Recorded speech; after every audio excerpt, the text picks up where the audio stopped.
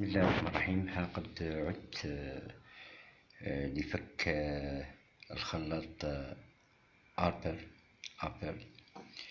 والمشكل الذي صادفته هو بسبب البرغي الثالث.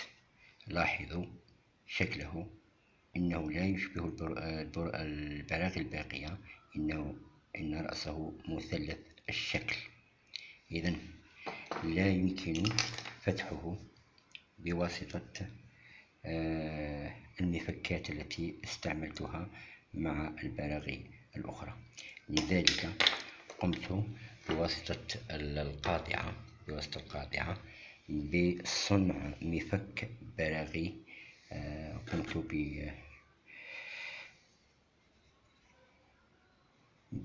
بذلك بواسطة القاطعة، وصنعت له الشكل المناسب لفتحه، وبعد ذلك استطعت فتحه.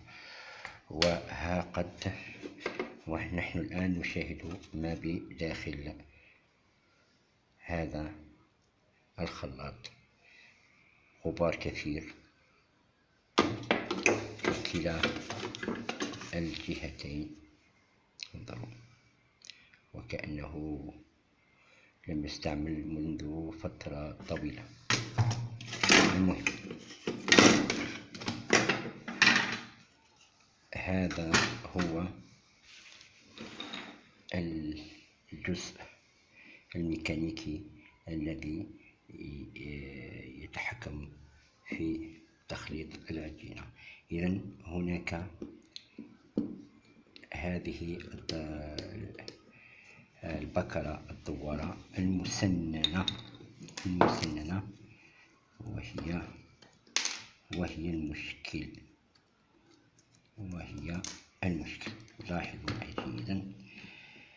لاحظوا معي تبدو من الجانب العلوي أنها جيدة، ولكن لو لاحظتم جيدا مثلا هنا تنقصها أضراس.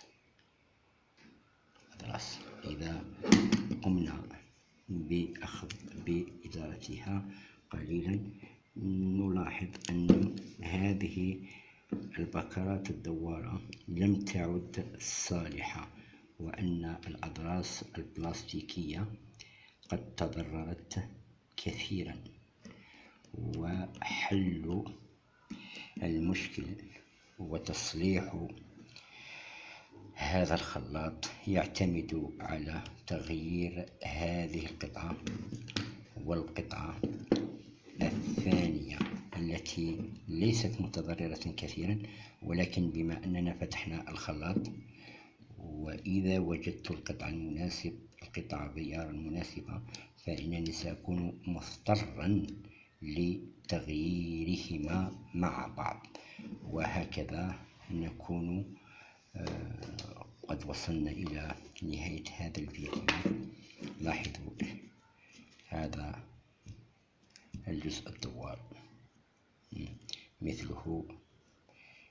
مثل كل الآلات التي تدور والتي نستعملها في غالب الأحيان.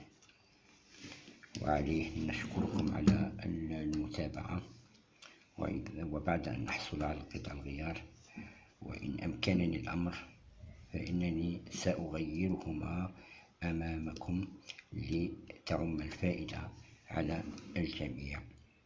وشكرا على المتابعة. وشاركونا في الأخير، شاركونا بتعليقاتكم إن أمكن، وشكرا.